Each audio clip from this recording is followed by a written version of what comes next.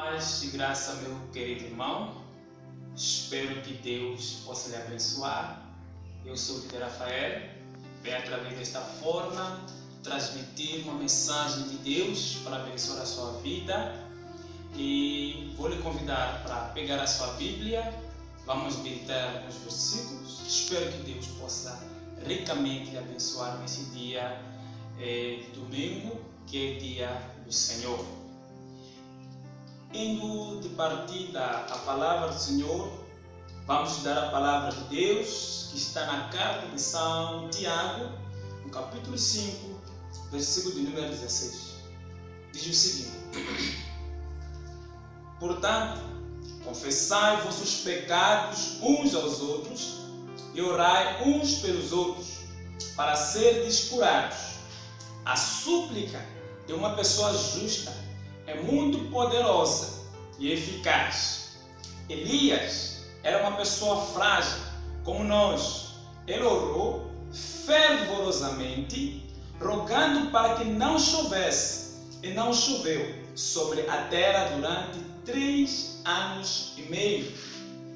Então fez outra oração, e os céus derramaram suas chuvas, e a terra produziu seus frutos. Na versão João Ferreira de Almeida, Tiago capítulo 5, versículo 16 diz: a oração feita por um justo pode muito em seus efeitos. Vamos pregar sobre 5 atitudes que os crentes devem ter nesta quarentena.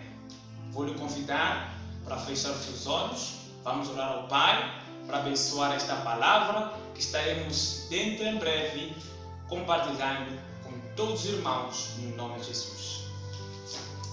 Querido Pai, no nome sagrado do Senhor Jesus, nome sobre todos os nomes, nos rendemos ao Senhor, aproximamos aos céus através do nosso joelho, invocando o nome do Senhor Jesus, pedindo que possa nos ajudar a trazer uma mensagem viva, uma mensagem eficaz, uma mensagem produtiva para a sua igreja. Querido Pai, importa que o Senhor cresça e eu diminua. Glorifica-te hoje, Senhor Jesus, poderosamente. Eu estou nas tuas mãos, este povo que está sentado desse lado, também, Senhor Jesus Cristo, está nas tuas mãos. Muito obrigado, Senhor. Quero contar com o seu auxílio no nome de Jesus Cristo. Amém. Muito bem, meus irmãos, conforme eu falei para os irmãos, logo na introdução, vamos falar sobre 5 atitudes que os crentes, talvez diria os ímpios também, devem tomar nesta quarentena. O que Deus, nosso Pai, Deus Todo-Poderoso, nos exige para que nós, como filhos de Deus, tenhamos como comportamento a adotar nesta fase, nesta pandemia. Para este efeito, eu quero lhe explicar, meu irmão, que em todos os momentos em que houve uma calamidade, uma situação complicada no mundo, Deus nunca ficou alheio. Deus sempre acompanhou e Deus sempre permitiu que certas coisas existissem no vasto universo com certo propósito. Logo a priori, vamos entender que não há nada que está a acontecer neste mundo que não seja do alcance de Deus ou que não esteja no governo do Senhor. Provérbios capítulo 15, versículo de número 3, diz que os olhos do nosso Pai estão postos sobre a terra, contemplando os bons e os maus. O salmista, no capítulo 24, diz que do Senhor é a terra e toda a sua plenitude, e os seus habitantes. Então, meus queridos, eu em particular, acredito que Deus tem um propósito com esta pandemia. Mas qual é o comportamento que nós devemos adotar ou abraçar nesta pandemia, nesta fase que estamos aqui a atravessar? Primeira atitude que a igreja precisa abraçar ou precisa fazer é a igreja precisa viver uma vida de oração. Vamos lembrar uma história, vamos lembrar a vida dos apóstolos. No capítulo de número 1 do livro dos Atos, Jesus Cristo deixa a sua promessa, deixa a promessa do Espírito Santo. Diz que não se ausentem de Jerusalém, fiquem firmes em Jerusalém, porque eu lá dos céus rogarei ao Pai para que vos conceda o Consolador. O Consolador, neste momento, estamos a falar do Espírito Santo. Estou a falar de Atos dos Apóstolos, capítulo 1, versículo de número 5 a versículo de número 8. No versículo de número 14, nós percebemos a Bíblia Sagrada a nos falar o seguinte. Diz que e perseveravam os apóstolos, perseveravam em oração com Maria e os seus irmãos. Eles adotaram uma vida de oração. Os irmãos sabem muito bem que o governo que estava dominando naquele tempo eram os romanos e, na verdade, os apóstolos estavam sob perigo. O Império Romano estava procurando todos que se chamavam de cristãos para decapitar ou degolar, tirar as suas vidas. Então a igreja, para se fortalecer, para se proteger daquela ameaça, a igreja, ela preferiu orar. Mas o principal objetivo na oração da igreja, eles estavam orando porque estavam em cumprimento com a palavra do Senhor, à espera do Consolador. Então a oração deve ser abraçada nesta fase, nesta pandemia. Só para não poder entender que a oração é tão valiosa, até o próprio Jesus Cristo, o Filho de Deus, ele não ignorou a oração. No Evangelho segundo São Lucas, capítulo 6, versículo 12, a Bíblia diz que Jesus passou uma noite inteira em oração a Deus e pela manhã ele desceu, chamou os seus discípulos, os quais escolheu 12 apóstolos e separou para ele, para o ministério. O irmão se recorda daquela passagem, Jesus também passou a noite inteira em oração. Estou falando de Marcos, capítulo 1, versículo 35 em diante. O irmão também se recorda da outra passagem, Jesus Cristo passou a madrugada inteira em oração e de seguida foi de encontro aos seus discípulos. E os discípulos, como não viviam uma vida de oração, julgaram que Jesus fosse um fantasma. Por isso Jesus Cristo acalmou a eles e disse que não era fantasma. Então, isso é para entender que a oração tem grande valor. O apóstolo Paulo, aquele que perseguia a igreja, quando se converteu, ele percebeu que precisava de oração, porque a oração era como se fosse combustível para que o carro que ele estava a conduzir, que era o Evangelho, pudesse avançar. O apóstolo Paulo nunca viveu longe da oração. Uma prova disso, meus irmãos, nós ouvimos em várias cartas que ele escreve para a igreja. A título de exemplo, Romanos 15, versículo 30 e 31, ele exorta a igreja a orar. Em Tessalonicenses também ele exorta a igreja a orar, no capítulo 5, versículo 17. E na igreja de Éfeso, concretamente no capítulo 6, versículo 18, o apóstolo Paulo também exorta a igreja a orar, dizendo o seguinte: orando em todo o tempo, com toda oração e súplica, vigiando nisso com toda a perseverança e súplica por todos os santos, que a igreja, que é nossa responsabilidade agora, neste momento, oramos por todos os santos, todos os nossos irmãos em Cristo Jesus. Ele termina dizendo: orai também por mim, para que me seja dada no abrir da minha boca a palavra com confiança, para que eu faça notório o ministério da pregação, pelo qual sou embaixador. Ele dependia da oração. Eu gosto de uma pessoa, um personagem muito, mas muito impactante na Bíblia Sagrada, que impactou de uma forma diferente a minha vida. Estou a falar de Daniel. Daniel foi outro jovem que abraçou a oração. A Bíblia Sagrada, meus irmãos, diz que Daniel ele se destacou entre vários que existiam naquele governo de Dário. Irmãos queridos, naquele destacar de Daniel, a Bíblia Sagrada diz que o rei Dário ele decidiu constituir sobre as 127 províncias, ele decidiu constituir presidentes. E nesses presidentes, ele destacou 3 pessoas para que fossem príncipes. E nesses 3 príncipes, a Bíblia Sagrada diz que Daniel se destacou dentre todos eles.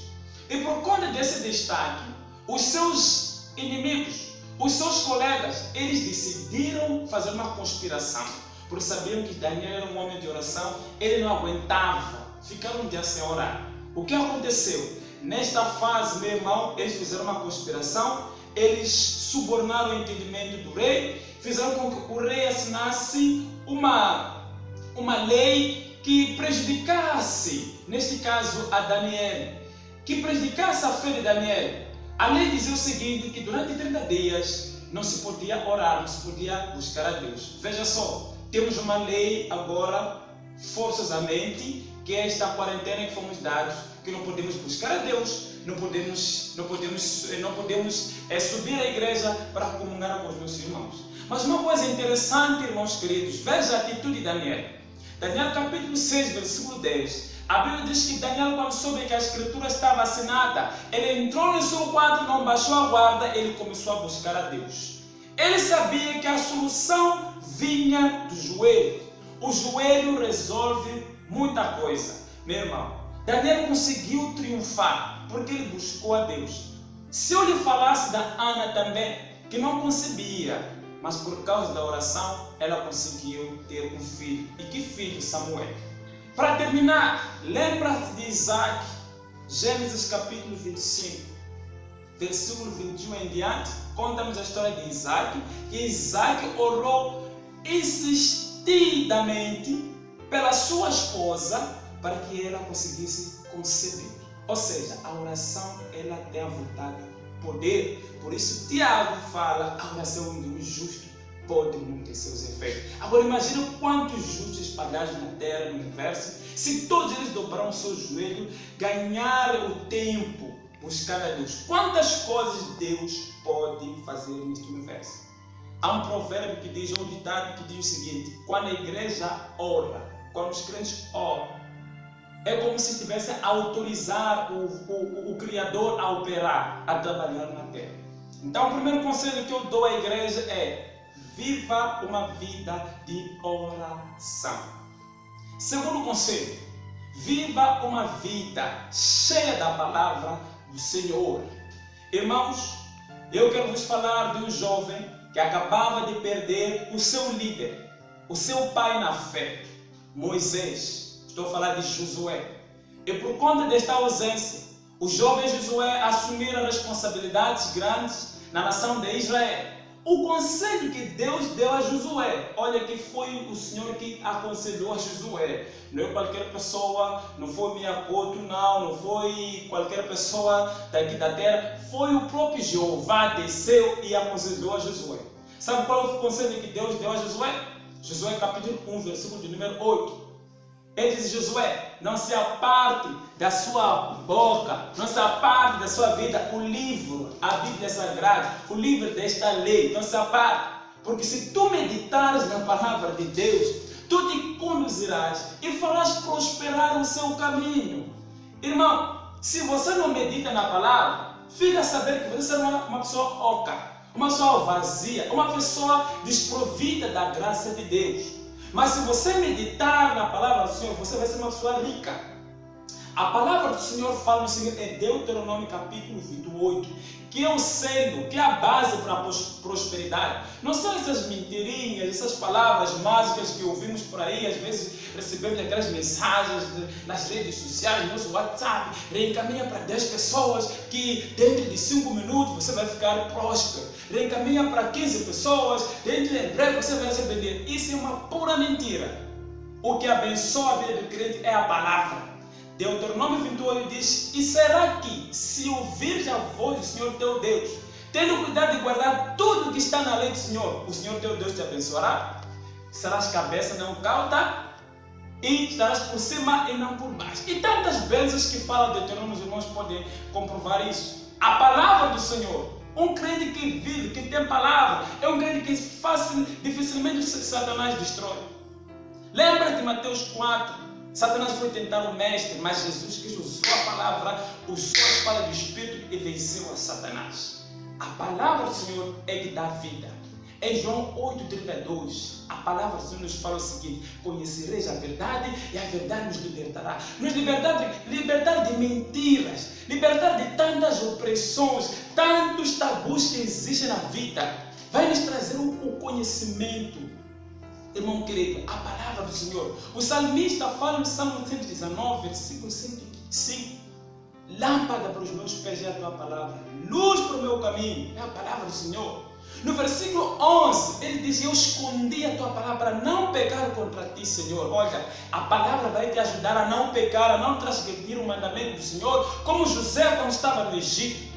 O próprio salmista no Salmo 103 diz que luz para o meu caminho, ou luz, a tua palavra é luz, dá entendimento aos simples. Irmão, a palavra dá entendimento. Por isso Satanás luta, faz de tudo para te entreter. Para que você não tenha tempo de meditar na palavra do Senhor. Para que você não tenha tempo de consultar as escrituras. Sabe por quê? Você vai se tornar uma pessoa burra. Burra espiritualmente. Sem fonte. Sem foco. Sem visão. Aí vai se cumprir o que o profeta Oséias fala. Capítulo 4, versículo 6. O meu povo foi destruído porque faltou-lhe o conhecimento. Capítulo 4, de 1 a 2 Coríntios.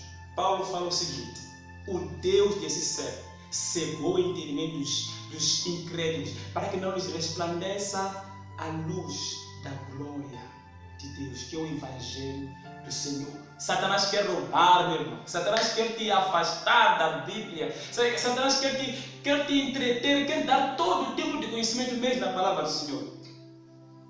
Faça um teste. Quanto tempo você tem com a Bíblia Sagrada? E quanto tempo você tem com entretido em tantas coisas, assistir a televisão, em ver um programinha por aí, nas redes sociais ou qualquer coisa? Satanás patrocina isso, mas nunca te vai patrocinar para meditar na palavra do Senhor. Vigie, meu irmão. A palavra dá vida, a palavra dá força. Hebreus 4,12 diz que a palavra do Senhor é como espada de dois gumes, que penetra até a divisão das juntas medulas e é apta para discernir tudo. Irmão, não despreze a palavra. Põe a palavra na sua casa, põe a palavra na sua vida. E para o irmão poder entender o impacto ou a força da palavra do Senhor, o irmão lembra de Daniel, capítulo 9, versículo de número 2 em diante. A Bíblia diz o seguinte: e Daniel diz que eu entendi pelos livros que o tempo que o Senhor tinha determinado para que o povo ficasse na escravatura tinha terminado. Mas ele entendeu por quê? Por causa da palavra do Senhor. Quem medita na palavra, a palavra ela tira, irmão querido, tira toda a ignorância. A palavra do Senhor ela limpa, torna-se uma estrada plena, uma estrada plana, bem limpa, para que Deus possa abençoar. Se você não gosta da palavra, sabe o que vai acontecer? Você vai acreditar em qualquer coisa que este mundo aqui te apresentar. Mas crente que tem palavra do Senhor não aceita qualquer coisa. Ele testa. Aleluia, ele testa. O apóstolo Paulo, no capítulo 6, versículo 17, aconselha a igreja de Éfesos a andar com a espada, a palavra, que é a espada do Espírito, a mesma espada que Jesus Cristo usou. Diz que tomai a espada do Espírito para poder existir um dia mau. Irmãos, estamos num dia mau. Estamos nessa pandemia, um dia mau. Como é que vamos vencer o mundo? Através da palavra do Senhor. Este é o segundo conselho. Primeiro, oração. Segundo, busca a sua Bíblia. Seja amigo da Bíblia. O terceiro conselho, irmão querido, cuidado com aquilo que você anda a ouvir. Cuidado com aquilo que você vê. Cuidado com aquilo que você faz. Irmão querido, Salmos 1, versículo 1, capítulo 1, diz o seguinte: que bem-aventurado é o jovem, é o varão, que não anda segundo o conselho dos ímpios, não se assenta na roda dos escarnecedores. Irmão, sabe o que a Bíblia está a dizer? O salmista está a advertir a igreja, aos crentes, que nós não podemos ouvir qualquer coisa só para subsidiar este versículo. No Salmo 101, versículo 3, o salmista diz que não colocarei coisas más perante os meus olhos. Eu tenho visto muita gente nesta fase, nesta pandemia, acredita em qualquer informação. Você pode testemunhar. Às vezes recebemos mensagens no nosso WhatsApp que é só misturar água com alho, água quente com alho, que isso aí vai espantar o coronavírus. É só usar aquelas folhas de eucalipto, que isso vai espantar o coronavírus. Um médico chinês por aí descobriu que usando isso mais aquilo espanta o coronavírus. Cada dia são mensagens, e o povo já não sabe em que mensagem ficar firme. Eu venho trazer aqui, irmão, um esclarecimento. Você deve ficar firme numa só mensagem, que é a palavra de Deus. Provérbios 16:1 diz que do homem são as preparações do coração, mas do Senhor a resposta da boca. O Senhor não deixou de falar, Ele ainda fala. Pergunto, o que Deus está falando nessa pandemia? Qual é a mensagem central de Deus? O que Deus quer? Qual é o objetivo do Senhor nesta pandemia? Não escute, não acredite em qualquer mensagem. Espere no Senhor. Escuta a voz do teu pastor. Escuta a voz daqueles que te pregam a verdade. Escuta a voz do teu líder. Ele que te vai direcionar. Não estou a dizer que é mau termos informações das redes sociais, dos canais de comunicação, não. O que estou a dizer é o seguinte: não te deixes guiar por essas mensagens, porque elas podem destruir sua fé. Romanos 10, versículo 17 diz que a fé é pelo ouvir a palavra do Senhor. Imagine o irmão ouvindo tantas notícias erradas. Você vai parar de viver. Você vai parar de fazer certas atividades, porque há tantos zunzuns, irmão. Há tantas vozes. Escuta uma única só voz, que é a voz de Jesus Cristo. Em Números 13, Moisés mandou os seus filhos de Israel, para espiarem a terra. Ele diz o seguinte: vão espiar a terra, vejam como é que a terra é. Semana leite ou mel, como é que é a dimensão da terra, que tipo de povo está lá. A Bíblia diz que 12 irmãos maiorais de cada tribo saíram, foram espiar a terra. Chegando lá, viram tudo. Quando voltaram depois de 40 dias e 40 noites, chegaram, deram um informe da nação. Informaram o povo, disseram: olha, fomos espiar a terra. Na verdade, a terra mana leite e mel. É uma terra boa, mas cuidado com esse mas aí. Mas o que? Mas o povo que vive lá é gigante. Vimos filhos de Anaquis, vimos gigantes, pessoas assustadoras. E quando Caleb pede momento para falar, ele repreende os seus colegas, diz que não, subamos animosamente, porque o Senhor, se agradar de nós, nos dará a terra. Ele falou: não é possível, não há como subir, não vamos subir. Isso lembra-me aquilo que Paulo falou em 1 Coríntios 15:33. As más conversações corrompem os bons costumes. Cuidado com as pessoas que te aconselham. Cuidado com as pessoas que você ouve. Cuidado com aquilo que você vê. Veja só, o povo enfraqueceu. Eles fizeram com que os outros murmurassem, irmão. Cuidado com esta fonte. Cuidado com a fonte, as palavras. Elas podem te fazer cometer erros. E o povo começou a murmurar. A Bíblia Sagrada diz que Deus não se agradou deles, porque preferiram acreditar mais do que no homem do que em Deus. Porque foi Deus que eles vão espiar a terra. Eu vos tenho dado aquela terra. Em quem você tem que crer nesse tempo? Tem que crer mais no seu vizinho, que cada dia traz notícias na televisão. Tem que crer nas redes sociais. O irmão deveria acreditar, confiar na palavra do Senhor. Dito feito, só 2 pessoas que defenderam a verdade, Josué e Caleb, puderam entrar na terra prometida. O resto foram para onde? Foram para a rua. Deus não se agrada de pessoas incrédulas. Por quê? Ouvir qualquer informação. Nós não podemos ouvir qualquer informação. Devemos ouvir informações dignas, informações fiéis. Acima de tudo, ouvir informação do teu pastor. Ouvir a informação da sua igreja. Ouvir a informação dos teus líderes. E confiar nessa informação. E viver através dessa informação. Procurar saber o que o pastor está a trazer. O que o pastor, qual é a voz, qual é a posição do pastor nesta pandemia? Será que o nosso pastor deu-nos uma direção?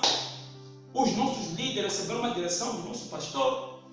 E confiar. Então, em suma, meu irmão, não pode cuidar com aquilo que nós vemos e ouvimos. Há um ditado popular que diz que nós nos tornamos aquilo que ouvimos e vemos. Lembra-te de Eva, Gênesis 3:7. Irmão, pode consultar as consequências de ouvir ouvir as serpentes que existem por aí. Escute a voz de Deus. A Bíblia diz o seguinte: filho meu, dê-me o teu coração. Deus quer os nossos ouvidos. Deus quer que nós estejamos prontos para ouvir o que Ele nos direciona. O quarto conselho que eu quero deixar aqui para a igreja é o seguinte conselho: a igreja do Senhor precisa manter comunhão com os seus irmãos.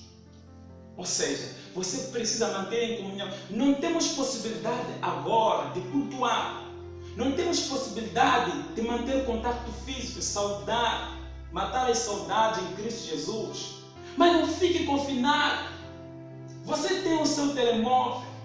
Graças ao Senhor, na igreja temos um grupo de CDs, que lá matamos as saudades de alguns irmãos, e lá recebemos a porção diária, a pregação, versículo por aí. Não fica alheio a isso, irmão. Participa. Saiba que a tua contribuição poderá trazer vida, poderá salvar uma vida. Vamos comungar. Esse não é o único meio de comunicação. Temos nossos telefones. Liga para os teus irmãos próximos, amigos em Cristo Jesus. Ajude. Vamos orar por aqueles que não estão neste momento em comunhão conosco, comunhão física, para que Deus possa lhes guardar. Lembra de Efésios capítulo 6, versículo 18, que eu pronunciei aqui? A segunda parte, quando Paulo diz que orai por todos os santos. Ore por mim. Ore pelo seu pastor. Ore pela sua igreja. Ore pelos teus irmãos em Cristo Jesus. E também ore pelos teus vizinhos, pelo presidente. Todos têm eminência. Oremos por eles. Eles precisam. Então, queridos, nesta fase de quarentena, não temos como manter contato físico, não tem como visitar o irmão A ou B, mas temos nossos telefones, vamos comunicar, vamos falar, vamos saudar. Aleluia! Vamos saudar, porque há domésticos da fé, há pessoas fracas na fé. Nós não sabemos, depois dessa quarentena, se alguns ainda vão prevalecer ou vão permanecer crentes ou terão se desviado. Terão ido também com o coronavírus. Mas nós devemos ajudá-los em oração. Não somente oração, mas atitude, saudação. Como está, meu irmão? E se você tiver dificuldade, meu irmão, não hesite. Você tem um líder, tem um pastor, tem pessoas lá para poderem te ouvir. Peça ajuda. Não seja tão orgulhoso para não partilhar os seus problemas. O pastor está exatamente na igreja para isso, para poder ouvir. Foi colocado por Deus para poder salvaguardar esta missão. Quinto conselho do culto, meu irmão. Eu sei que esta parte a maioria não gosta. Desta parte, alguns, como nós falamos no meio evangélico, alguns se desviam, ficam atribulados quando falamos disso. Irmãos, é tempo de nós também subsidiarmos. É tempo de nós também ajudarmos a nossa casa, a casa do Senhor, com as nossas ofertas e dízimos. E talvez alguém diz: eu sabia. Eu sabia que essa parte não podia faltar na pregação. E é claro, meu irmão, não podia faltar. Alguns, quando falamos de dinheiro, eles pensam que dinheiro é do diabo.